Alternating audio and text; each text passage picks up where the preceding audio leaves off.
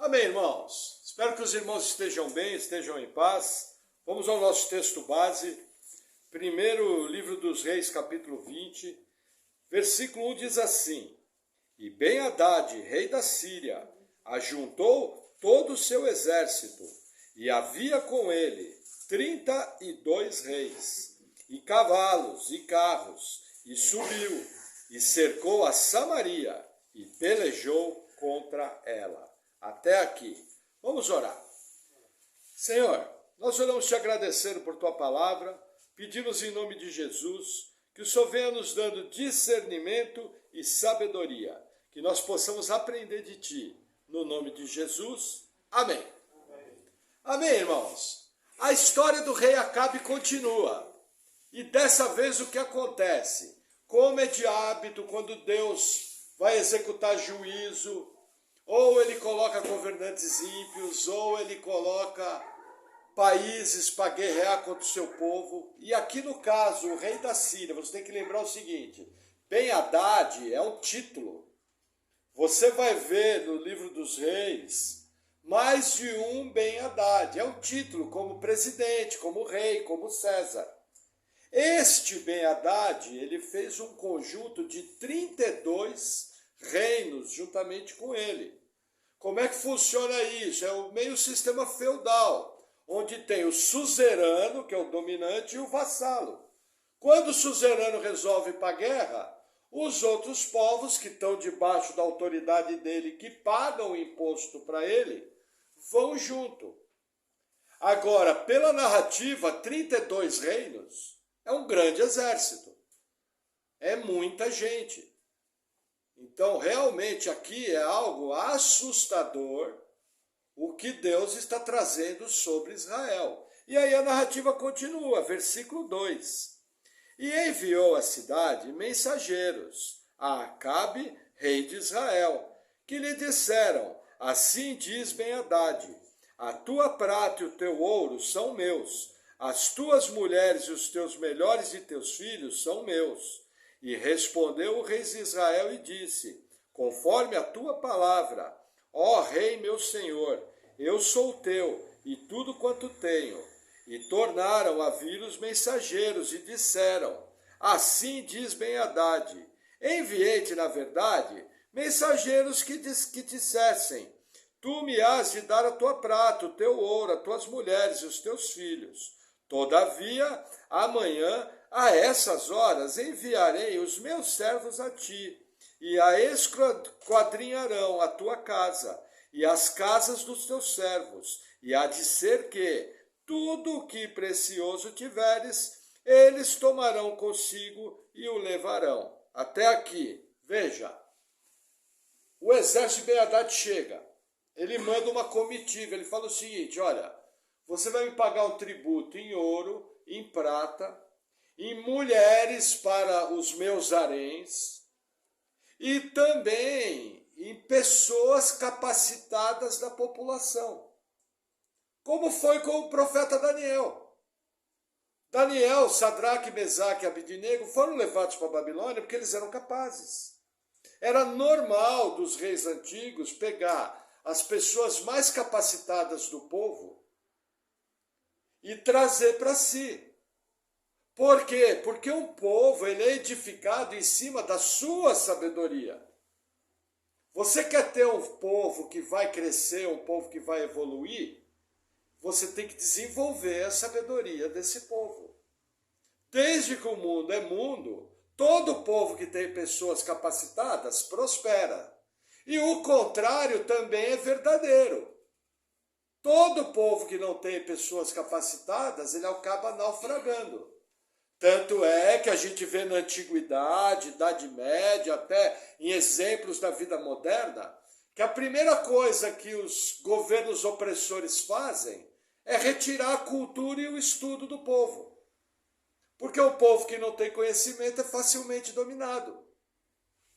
Entendeu? Por isso que nós, como povo de Deus, temos sempre que zelar pela educação dos nossos filhos, não contando apenas com aquilo que a escola ensina, mas sempre trabalhando junto para poder adicionar algo, porque quanto mais preparado for o seu filho, menos sofrimento ele vai ter.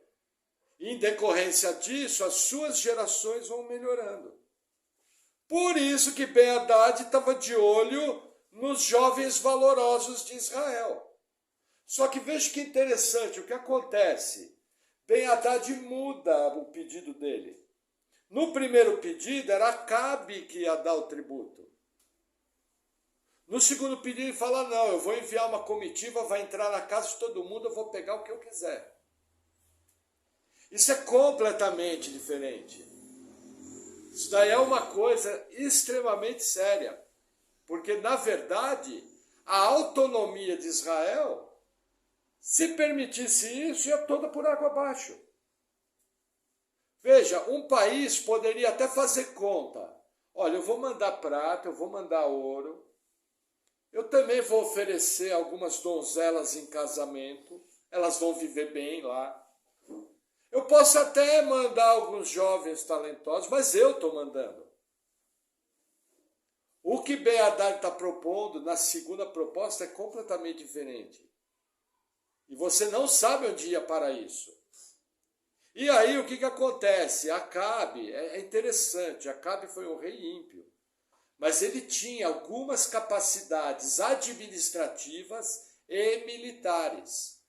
Nós temos que entender que nós estamos lidando com um rei que passou por uma seca de 3 anos e meio, numa sociedade agrícola. Não é fácil.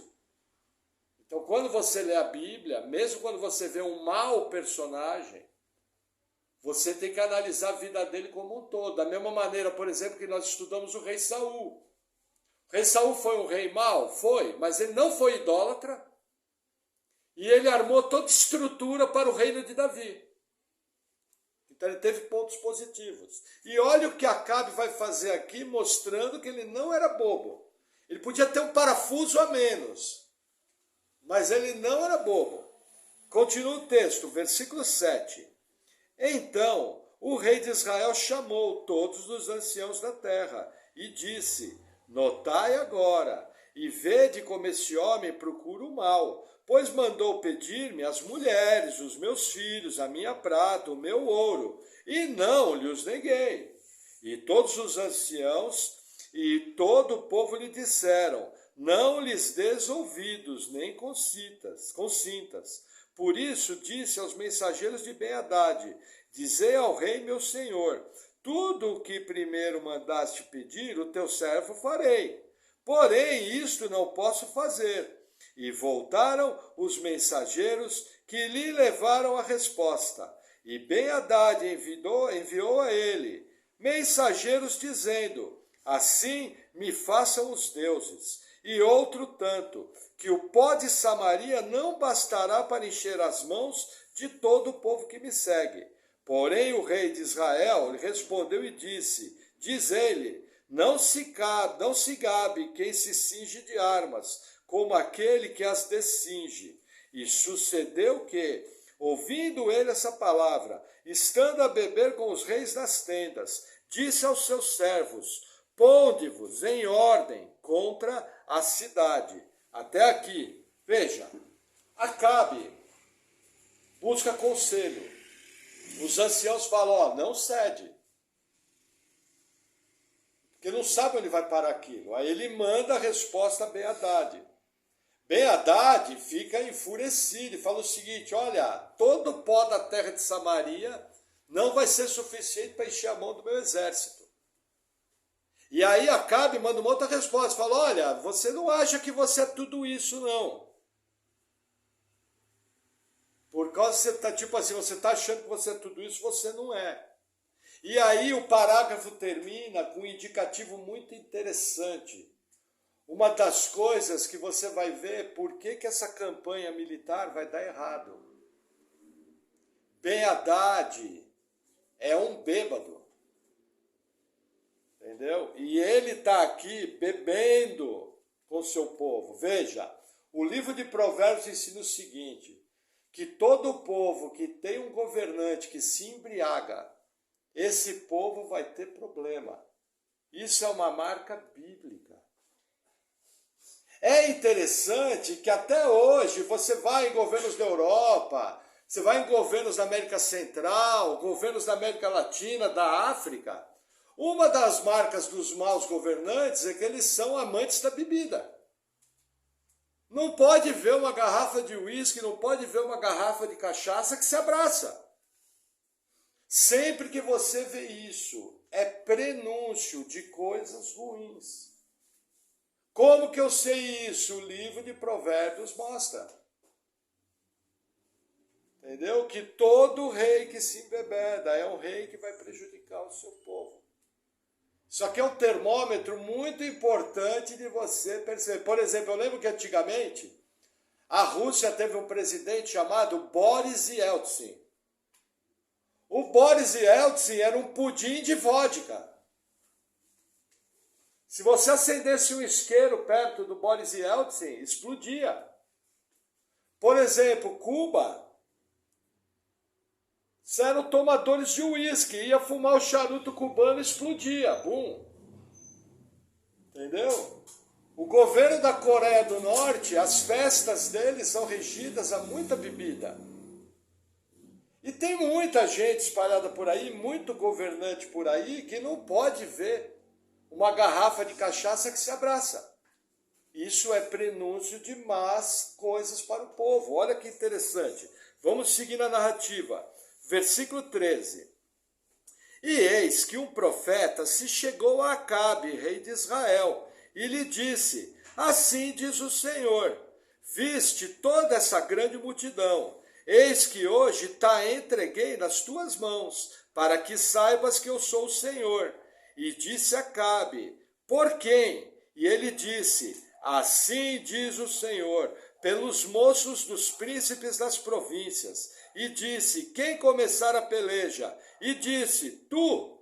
Então contou os moços dos príncipes das províncias, e foram 232. E depois deles contou a todo o povo, todos os filhos de Israel, 7.000. Olha que interessante, a narrativa aqui está querendo nos trazer um contraste, olha que interessante. Acabe é um rei que não teme a Deus. Mas ele tem coisas positivas. Por amor do seu povo e por amor do seu nome, Deus manda um profeta. Acabe não pediu. Deus mandou. O que o escritor bíblico está querendo mostrar para a gente? Aqui tem um outro princípio importante. Veja, um rei está consultando a palavra de Deus, embora ele não seja um crente. Mas ele está buscando a palavra de Deus. O outro rei está tomando uísque. Está tomando cachaça. Quem é que vai se dar bem nessa história? O que o escritor de Reis está querendo nos mostrar? O contraste de um povo onde Deus age e um contraste de um povo onde a festa, os deleites, a bebedice, a glutonaria, todas essas coisas, as orgias, todas essas coisas reinam. Nós temos que lembrar que esse livro, um dos alvos dele foi alcançar o povo que estava no exílio, na Babilônia. Entendeu? E aí Deus está mostrando, olha, se vocês me buscarem, se vocês me obedecerem, mesmo que o rei não for lá essas coisas, eu sou Deus e por amor do meu nome eu faço. Entendeu? E mostrando o contraste da bebedice, da festa, da luxúria. Marca de governos ímpios, luxúria. Entendeu? Gastos absurdos. Então é uma coisa que você, como povo de Deus, tem que olhar, avaliar e orar. Por isso que a Bíblia orienta. Olha, ore pelas autoridades para que vocês comam o vosso pão sossegadamente. Amém? Vamos seguir mais um pouquinho, versículo 16. E saíram ao meio-dia, e Ben-Hadad estava bebendo e embriagando-se nas tendas. Ele e os reis, os 32 reis que o ajudavam, e os moços dos príncipes das províncias saíram primeiro. E Ben-Hadad enviou espias, que se lhe deram avisos, dizendo, saíram de Samaria uns homens. E ele disse, ainda que para a paz saíssem, tornai-vos vivos, e ainda que a peleja saíssem, tomai-vos vivos. Saíram, pois, da cidade os moços dos príncipes das províncias, e o exército que os seguia. E eles feriram cada um seu adversário, e os sírios fugiram, e Israel os perseguiu. Porém, Ben-Hadad, rei da Síria, escapou a cavalo, com alguns cavaleiros. E saiu o rei de Israel, e feriu os cavalos e os carros, e feriu os sírios, com grande estrago. Até aqui, olha que interessante. Quando Acabe pergunta ao profeta, como é que eu vou pelejar contra eles? O profeta fala o seguinte, você vai pegar todos os seus jovens capitães das tribos, que eram 232 capitães. Juntamente com ele havia um exército de 7.000. Enfrentando um exército de 32 reis. Muito maior. Aí Acabe pergunta, como que eu vou fazer? O profeta dá a pior estratégia militar. O profeta fala, você vai direto ao acampamento deles. Mas olha que interessante. No acampamento dos sírios, a turma estava na cachaçada. Ainda era de dia, e o uísque, a pinga, estavam comendo solto. Veja, eles estavam em guerra. Olha que interessante, lembra aquilo que eu falo? Que para Deus agir, basta ele entregar ao próprio desejo do homem? Aqui Deus só retirou sua mão. Todas as vidas estão debaixo do controle dele. E a turma, como a gente fala aqui no Brasil, começou a encher a lata. Num horário que não era para ser. Agora, olha que interessante, o problema do governante que é amante da bebida. O camarada não teve discernimento. Saiu um exército em direção a ele. O que ele tinha que falar? Levanta uma guarnição, vai e destrói. Não, ele teve uma avaliação errada. Ele falou o seguinte, olha, vamos capturá-los e trazê-los vivos. Precisa ligar a tomada embaixo também. Vamos capturá-los e trazê-los vivos. E aí o que acontece? Os sírios são derrotados por um pequeno exército, com a pior estratégia de guerra, usando a sua falha, que era o amor à bebida. Entendeu? E Ben-Hadad tem que fugir, embriagado. Eu fico imaginando como ele e os 32 reis cavalgaram até a Síria embriagados. Porque o termo que é usado aqui na hebraica é o seguinte, os camaradas eram um pudim de pinga. Se você olhasse para eles, eram tudo cozidão, vermelho assim. Sabe o cara cozido de cachaça? Só você olhar para ele que você já reconhece, você bate o olho e você sabe. Entendeu? E aí eles tiveram que fugir. E realmente Deus operou uma vitória maravilhosa. Porque Acabe era muito bom? Não, porque Acabe se permitiu aproximar o povo de Deus, e naquela aproximação ele ouviu a palavra de Deus, e ao ouvir a palavra de Deus, ele foi bem sucedido, mostrando que princípio universal, sempre que a palavra de Deus é aplicada, ela gera bom fruto. Porque ela é palavra de Deus. Sabe aquela pergunta bíblica, por que prosperam os ímpios? Porque muitos ímpios fazem o que tem que fazer. Trabalho, estudo, corre atrás, administra bem o dinheiro, acorda cedo, vai dormir tarde. Vai para o inferno. Mas com a conta bancária meia cheia, deixando, entendeu? Mas eu tenho que entender que são princípios universais, eu tenho que entender o comparativo. Ó, aqui nesse governo foi acatada a palavra de Deus, embora o governo fosse ímpio. O inimigo estava tomando uísque, igual maluco. foi derrotado com um exército muito maior. Amém? Vamos seguir. Versículo 22. Tomar mais um golinho de água, só um minuto.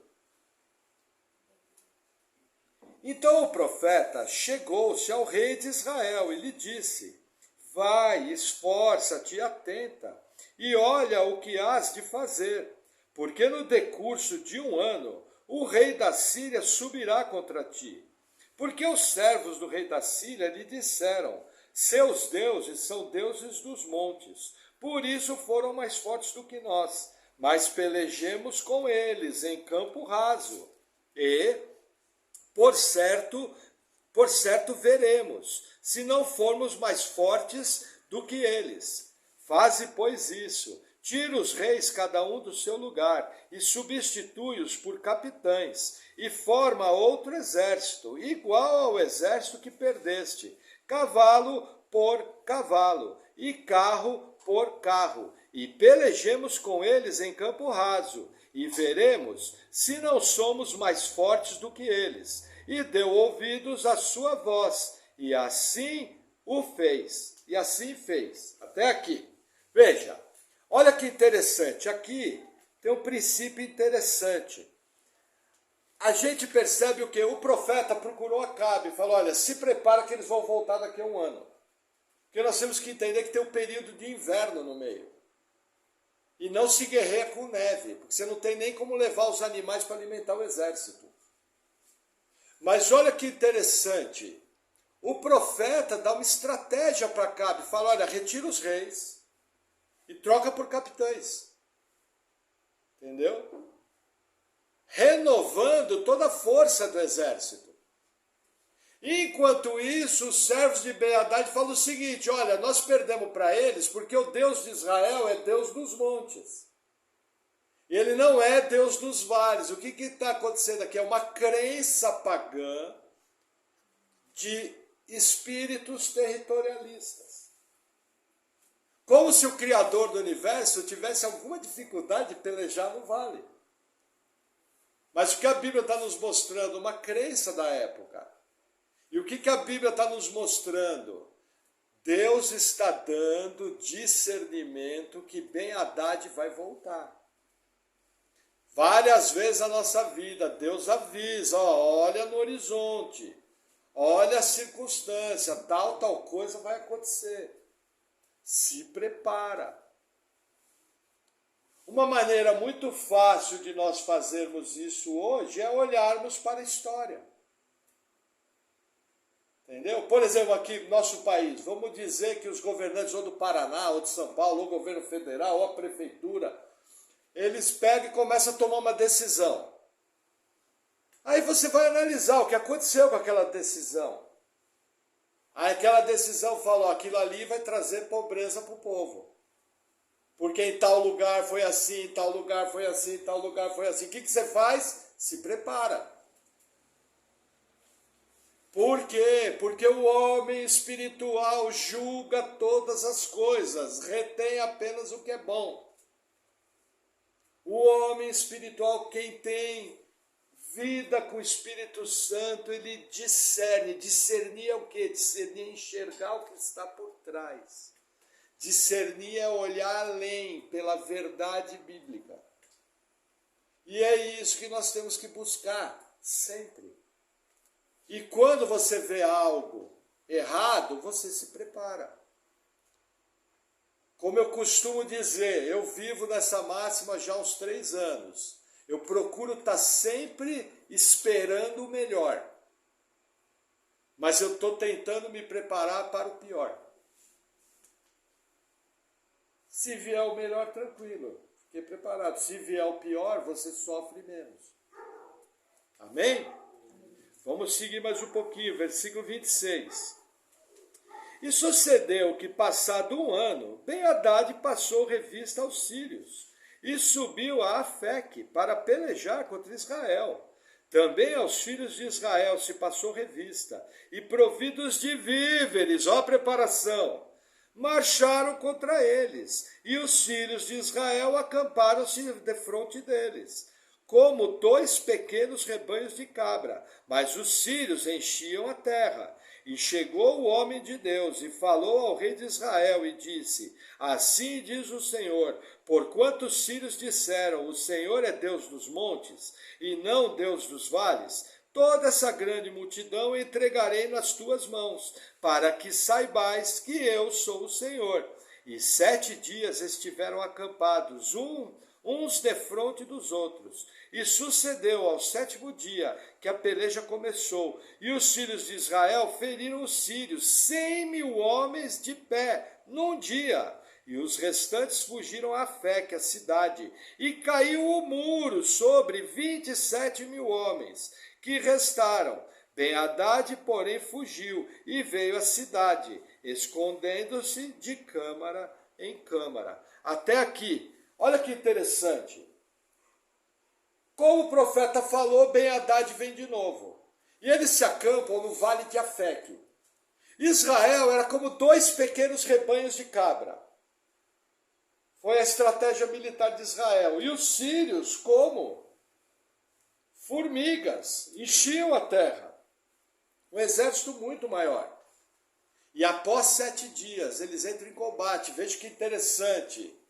Aí entra a qualidade de Acabe.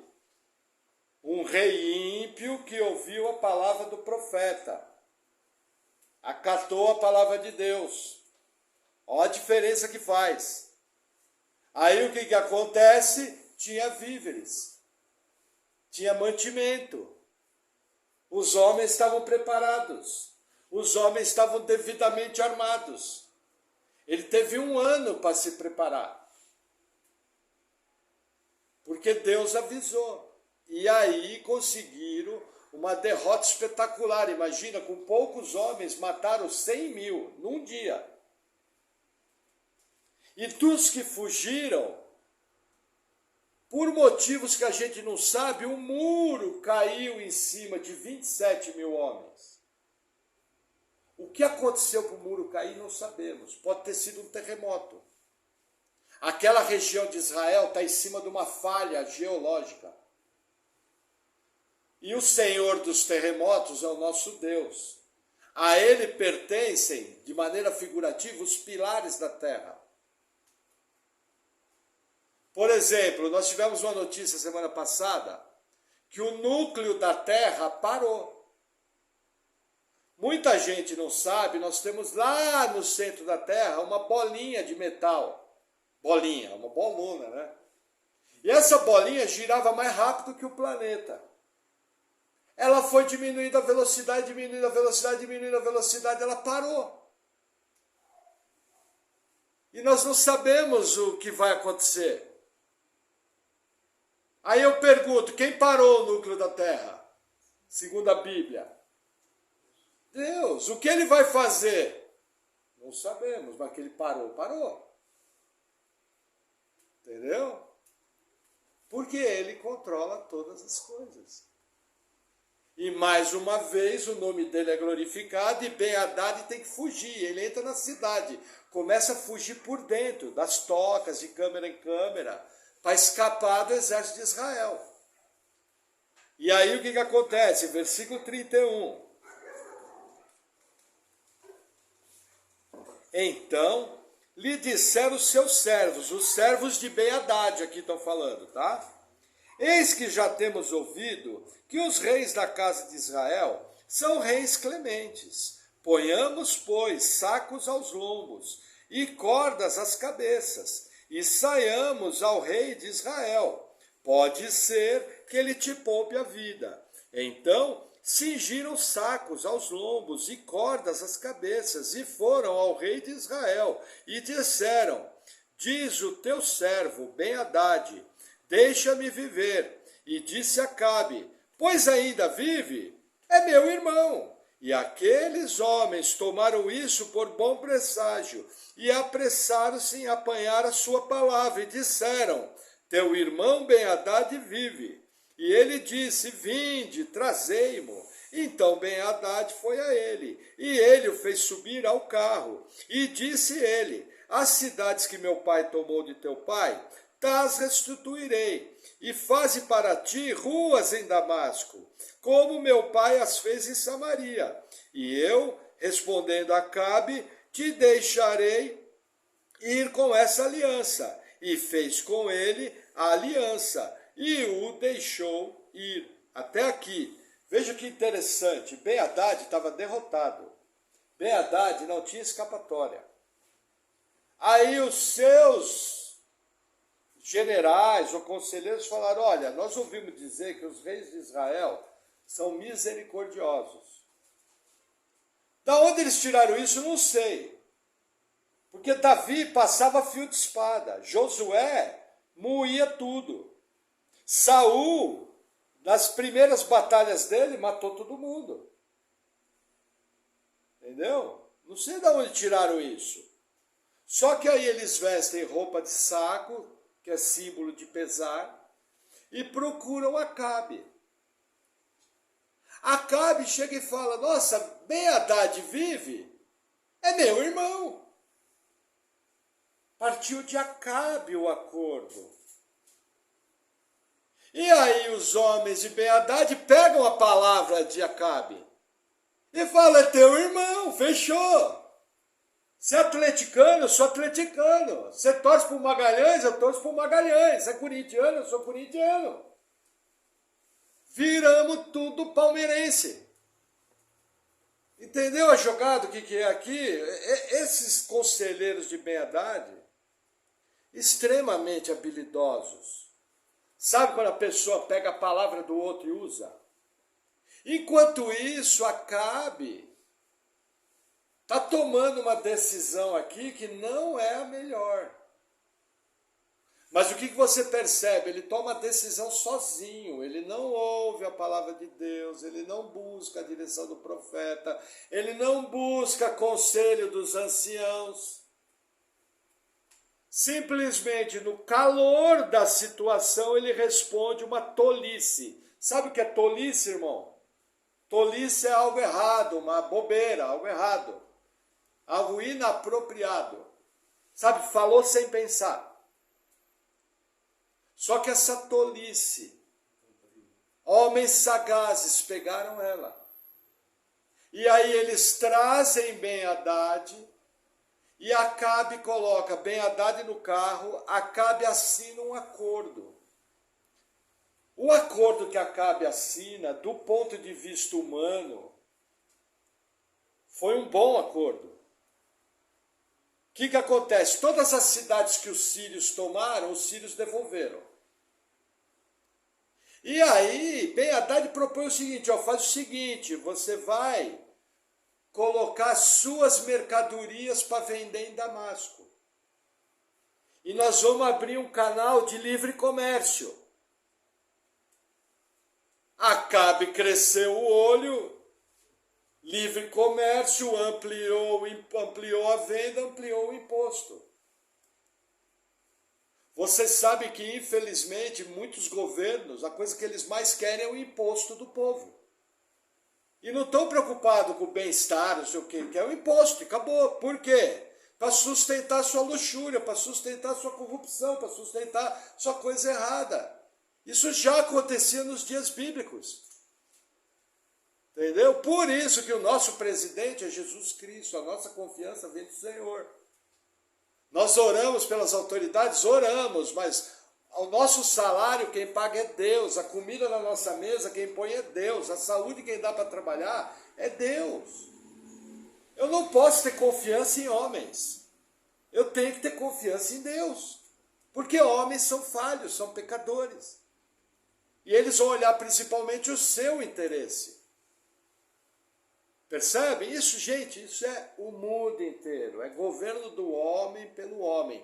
Por isso que Jesus Cristo vai vir, vai estabelecer o milênio. E no milênio, pela primeira vez na história humana, nós vamos experimentar um governo justo. Pela única vez. Imagina o que é ser governado pelo próprio Jesus.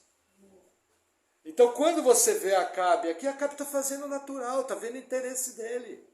Grana no bolso. E não ouviu ninguém. É isso que você tem que prestar atenção. E olha o que vai acontecer. Versículo 35. Então um dos homens dos filhos dos profetas disse ao seu companheiro, pela palavra do Senhor, ora, fere-me. E o homem recusou feri-lo. E ele lhe disse, porque não obedeceste à voz do Senhor, eis que, em te apartando de mim, um leão te ferirá. E como dele se apartou, um leão o encontrou e o feriu. Depois encontrou outro homem e lhe disse, ora, fere-me. E aquele homem lhe deu-lhe um golpe, ferindo. Então foi o profeta e pôs-se perante o rei no caminho, e disfarçou-se com cinza sobre os seus olhos. E sucedeu que, passando o rei, clamou ele ao rei, dizendo, teu servo estava no meio da peleja, e eis que, desviando-se um homem, trouxe-me outro homem, e disse, guarde-me esse homem. Se vier a faltar, será tua vida em lugar da vida dele, ou pagarás um talento de prata. Sucedeu, pois, que, estando teu servo ocupado, de uma e de outra parte, eis que o homem desapareceu. Então o rei de Israel lhe disse, essa é a tua sentença, tu mesmo a pronunciaste. Então ele se apressou e tirou a cinza de sobre os seus olhos. E o rei de Israel reconheceu que era um dos profetas, e disse-lhe, assim diz o Senhor, porquanto soltaste da mão o homem que eu havia posto para destruição, a tua vida será em lugar da sua vida, e o teu povo em lugar do seu povo. E foi o rei de Israel para sua casa, desgostoso e indignado, e chegou a Samaria. Até aqui. Qual é o caso? Um dos profetas tem uma palavra do Senhor. E aí ele procura outro profeta, e ele fala, olha, me fere, segundo a palavra do Senhor. Esse profeta se negou a feri-lo.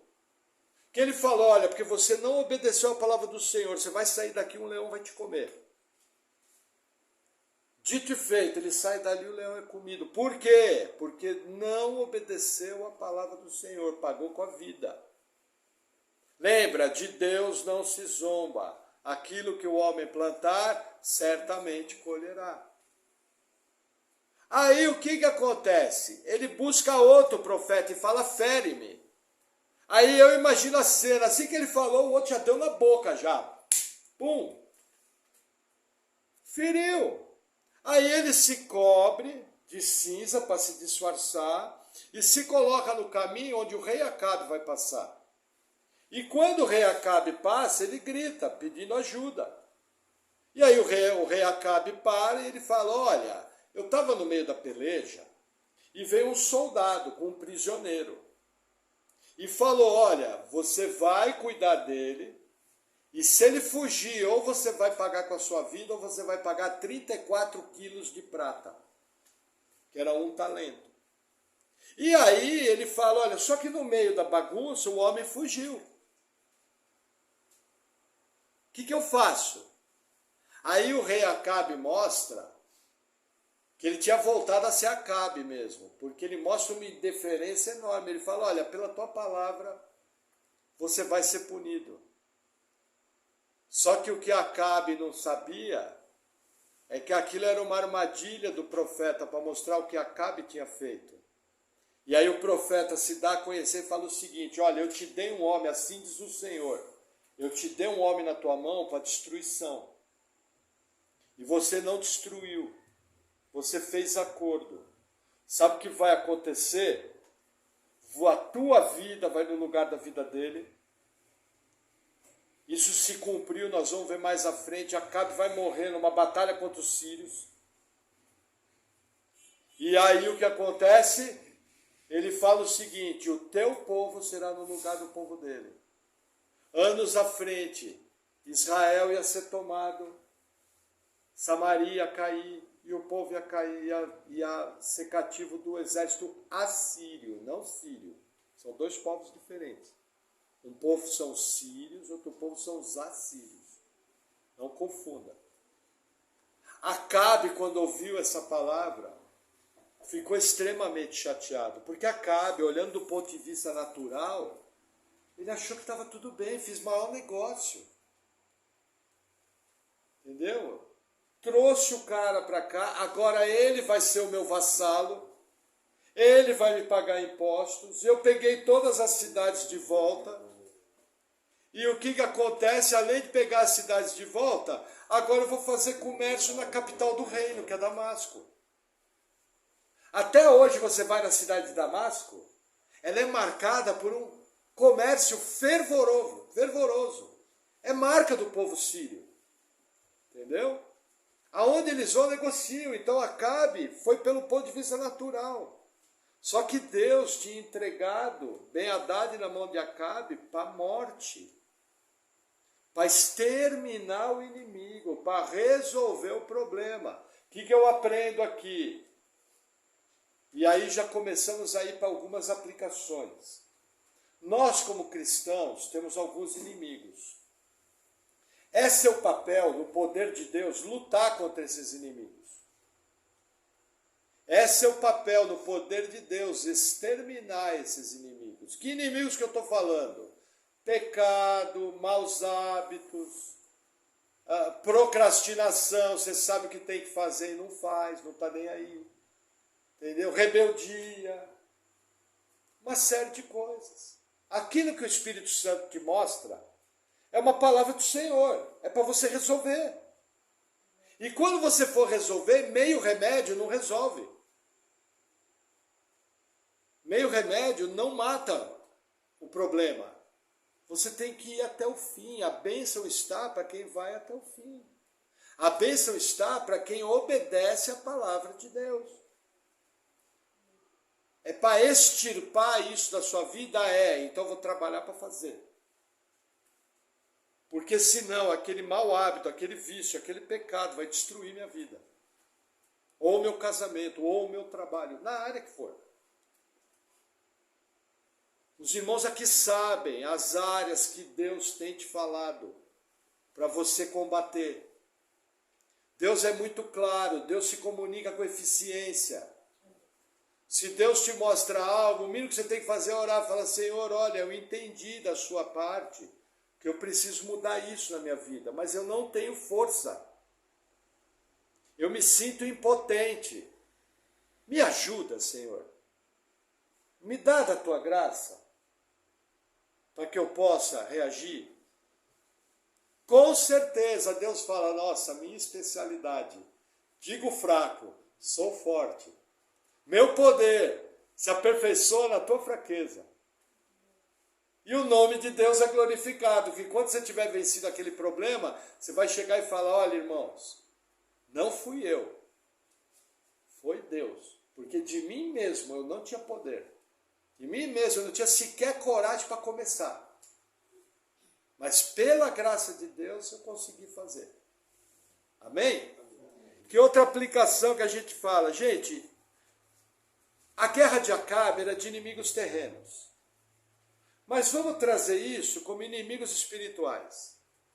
Entendeu? Para a nossa aplicação. Veja, inimigos espirituais sempre atacam a área que você é mais fraco. De tempos em tempos, o mundo espiritual vem dar uma empurradinha na porta para ver se ela está bem trancada. Porque é papel. Veja, Pedro nos ensina, o inimigo anda em derredor buscando alguém para devorar.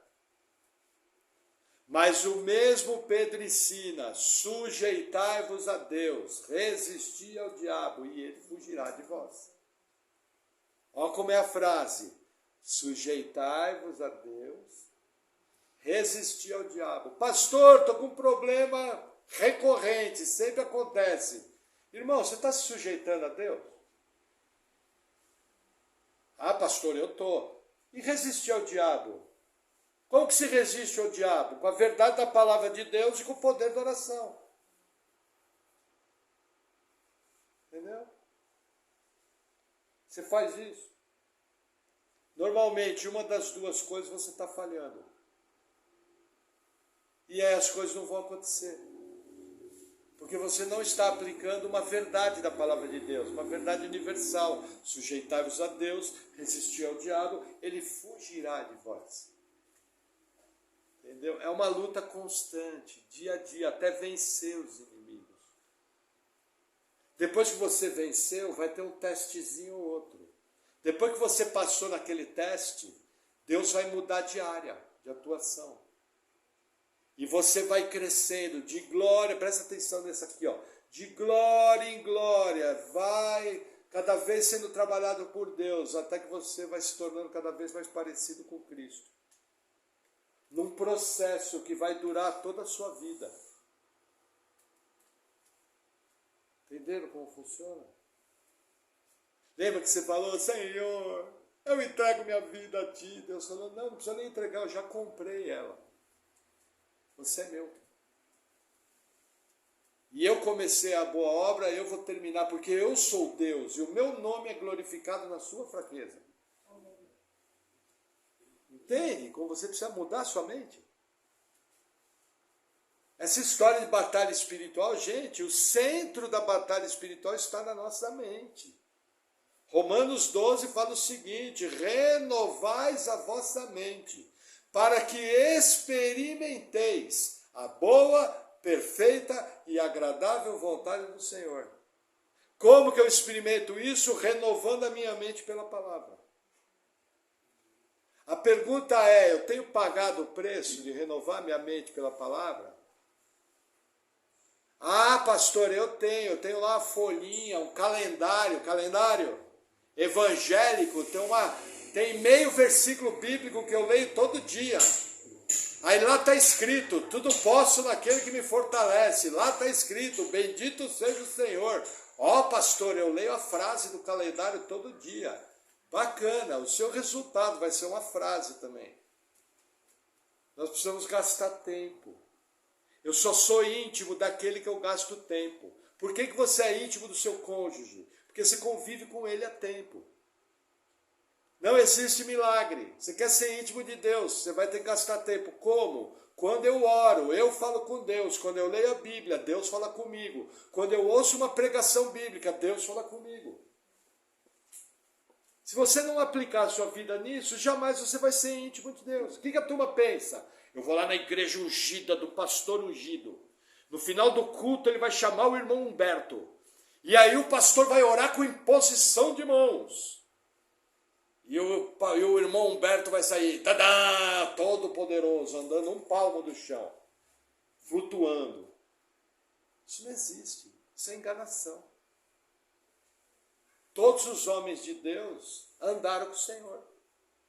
E vai ser assim até a consumação do século. Amém? Que outra aplicação? Gente, não faça acordo com o diabo. O quê, pastor? Sim, sabe quando você faz acordo com o diabo? Quando você não extermina ele da sua vida. Quando você faz concessões. Entenderam? Concessão. No texto de Efésios 6, que fala da armadura de Deus, o princípio do texto ali é não ceder território. Tem muito crente fazendo assim. Por exemplo, vou dar um exemplo. O crente que é escravo de pornografia. Nossa, pastor, tem crente que é escravo de pornografia? Olha, tem crente muito pior. Aí ele faz uma negociação com o diabo. Ele fala, olha, não vou ver mais sexo explícito. Agora só vou ver as menininhas seminua do TikTok. Mas é sensualidade igual. É pecado igual. Porque a única mulher que você pode botar os olhos é a sua esposa, que Deus te deu. E todo o seu desejo tem que ser para ela. Aí você fica fazendo acordo com o diabo. Ó, não vejo mais pornografia. Agora é só menininha de fio dental. Isso é fazer acordo com o diabo. Em todas as áreas. Estou usando esse exemplo que é mais fácil você entender. Olha, diabo, eu não vou mais mentir. Mas no meu trabalho, quando eu tiver algum problema, eu só vou falar uma mentirinha, sabe? Não vai fazer mal para ninguém. Só uma mentirinha. E aí eu falo uma mentirinha gospel. E aí sabe o que eu estou fazendo? Estou fazendo um acordo com o capeta e andando abraçado com ele. E chamando de meu camarada, meu brother. Só falta dar um cutucão. E aí, vamos nessa hoje? Vamos dar um rolê? Não faça acordo com o diabo. Extermine o mal da sua vida. Amém? Que mais que a gente aprende? Veja. Deus estabeleceu um juízo contra Ben-Hadad. Nosso Deus estabelece juízo contra pessoas. Qual foi o erro de Ben-Hadad, de Acabe? Acabe interferiu no juízo de Deus. Deus tinha determinado que Ben-Hadad tinha que morrer. Deus tinha determinado que Ben-Hadad tinha que sofrer. Aí Acabe vai lá, por N motivos, e interfere nos tratamentos de Deus, no juízo de Deus. O que aconteceu? Deus pega Acabe e bota junto no juízo. Esse é um dos textos. O que eu quero lembrar para vocês? Lembra? Vou dar um exemplo. Vamos imaginar que você tem um parente que é uma encrenca. Um familiar que é uma encrenca. Lógico que aqui ninguém tem familiar que é uma encrenca. Todos os nossos familiares é o apóstolo Paulo, o apóstolo Pedro, Maria Madalena. Ninguém tem familiar que causa problema. Imagina, pastor. Vocês sabem que muitas vezes parente morde a gente. Infelizmente é uma verdade. E aí, Deus coloca aquela pessoa num tratamento. Às vezes aquela pessoa é da igreja. E Deus coloca ela num estreito. Aí vai você, sem consultar a Deus, e ajuda. O que Deus faz? Bota você junto no tratamento. Eu já vi muitas pessoas que estava tudo bem. E elas foram interferir no tratamento de Deus, quebraram a cara. E quebrou a cara feio.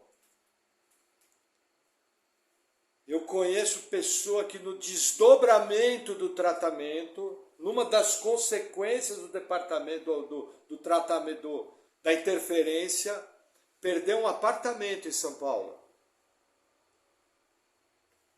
É barato o apartamento em São Paulo?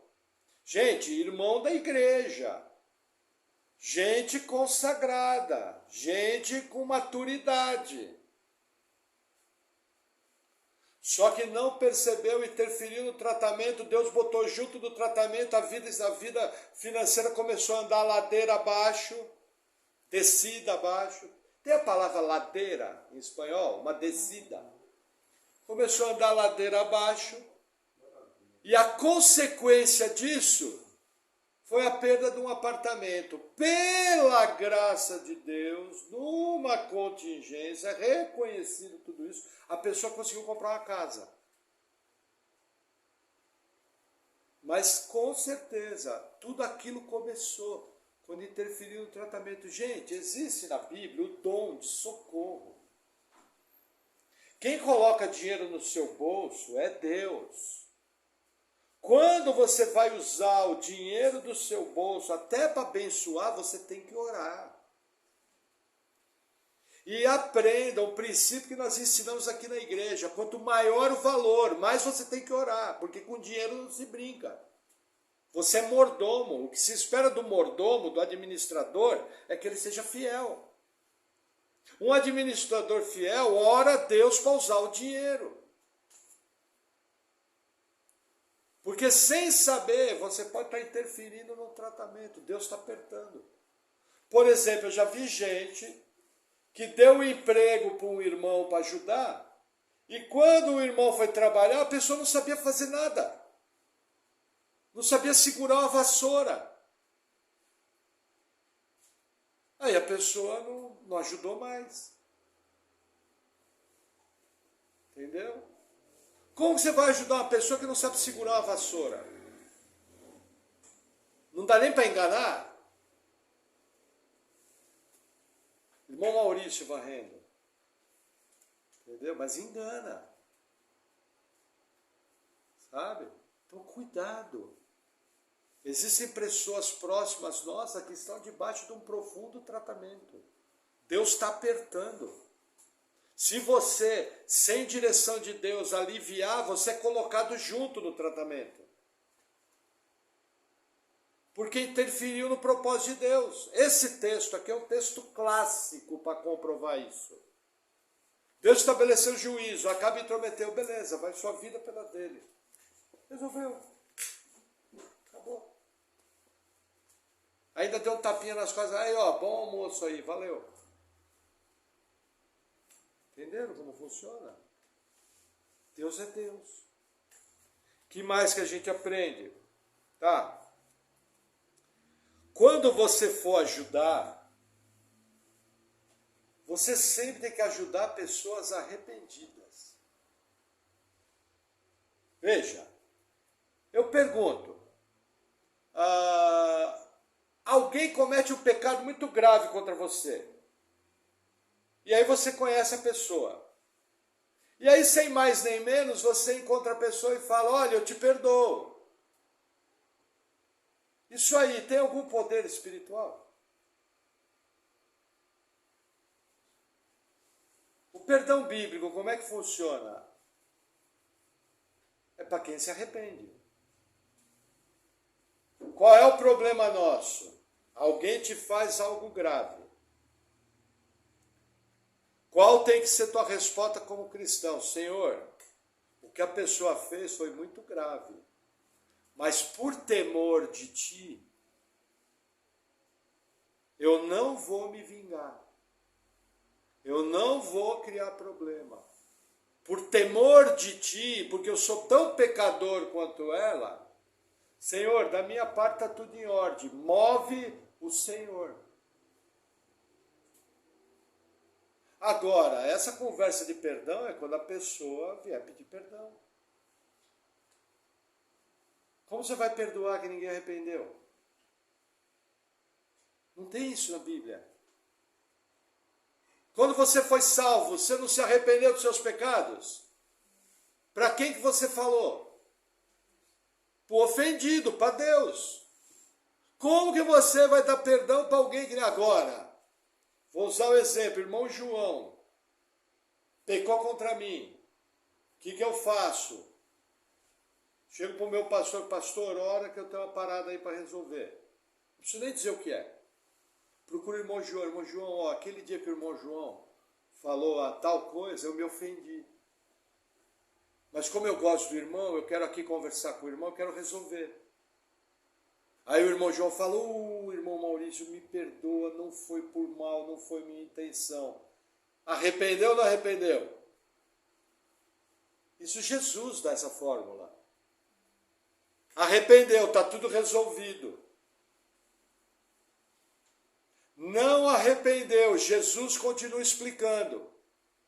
Quando teu irmão pecar contra ti, vai arguí-lo tu e ele. Se arrepender, ganhasse teu irmão. Se não se arrepender, leva 2 testemunhas. Quem vai ser as 2 testemunhas? Eu vou pegar 2 testemunhas grandes, o Júlio e o José Ângel. Para ser mais convincente. Esse confia em Deus. Hein? Brincadeira. Vou lá com o Júlio e com o José Ângelo. Ó, irmão, eu vim falar aqui com você. O que você fez foi pecado. Você me ofendeu. Isso aí não está certo. Então, ó, trouxe o irmão José Ângelo, trouxe o irmão Júlio. Para dar uma oportunidade para o irmão, para a gente resolver isso. Aí o irmão João não se arrepende. O que eu tenho que fazer? Levar o caso para a igreja. Se ele não ouvir a igreja, ele tem que ser disciplinado, colocado no banco, tirado da comunhão, desligado da igreja. Isso quem ensinou foi Jesus. Se você tiver alguma dúvida, discute com ele. Aí vai você, na sua família, a pessoa crava uma faca nas suas costas, e você chega com aquela cara de Madre Teresa de Calcutá, conhece? Aí eu te perdoo. Pô, mas ele gostou então, cravei a faca nas costas, vou cravar outra. Sabe o que você faz com uma pessoa que crava uma faca nas suas costas? Você faz o que a Bíblia manda, se afaste. E guarda as costas, encosta na parede. Gente, perdão é para quem se arrependeu. Essa é a verdade bíblica. Agora, você não vai ficar com rancor de ninguém. Você não vai ficar com ódio. Você não vai matar no seu coração. Porque o seu coração é entre você e Deus. Cuidado com isso. Amém? E aí, para terminar, veja, Acabe foi misericordioso com Ben-Hadad, não foi? Mas o interesse dele era o dinheiro. Foi uma misericórdia financeira. Ele olhou o dinheiro. Gente, se você tomar suas decisões olhando o dinheiro e não a vontade de Deus, você vai errar. Olha o contraponto. Na primeira aplicação eu falei, sempre que você for mexer com o dinheiro, ore. E agora eu fiz o contraponto. Olha, se você tomar suas decisões baseadas no dinheiro, você vai errar. Os dois são verdade. Lembra do antinômio bíblico? Tanto eu tenho que orar para mexer com o dinheiro, como eu não posso escolher o dinheiro para reger minhas decisões. E só para dar uma pitadinha, os sírios falaram que o Deus de Israel era Deus do monte e não do vale. Isso é misticismo, pagão. Irmãos, Jesus ia para lugares afastados porque ele precisava ficar quieto para orar. Hoje em dia tem um misticismo dizendo que no monte tem mais unção. No monte as coisas acontecem, isso não é bíblico. Quer ir para o monte? Vai, mas porque você quer ficar num lugar separado. Pastor, eu amo orar no monte. Por quê? Porque lá é quieto, não tem ninguém, eu pego minha Bíblia, pego meu celular com os louvores, eu vou para lá, eu ouço louvor, eu canto louvor, fico quietinho, leio a Bíblia, nota 10. Agora, não vem com essa história que viu o anjo e fogo desceu do céu e não sei o quê, isso aí é folclore. O que Jesus nos ensina? Quando orares, vai para o monte? Não. Quando orares, vai para o teu quarto e em secreto fala com o teu Senhor. Então, cuidado com o misticismo. Amém? Vamos orar? Senhor, obrigado por tua palavra. Eu oro em nome de Jesus te agradecendo e oro pedindo, Senhor, que o Senhor venha nos guiando em todas as coisas, nos capacitando a toda boa obra. Que o Senhor venha com a tua graça, venha com o teu poder, em nome de Jesus. Amém. Amém, irmãos?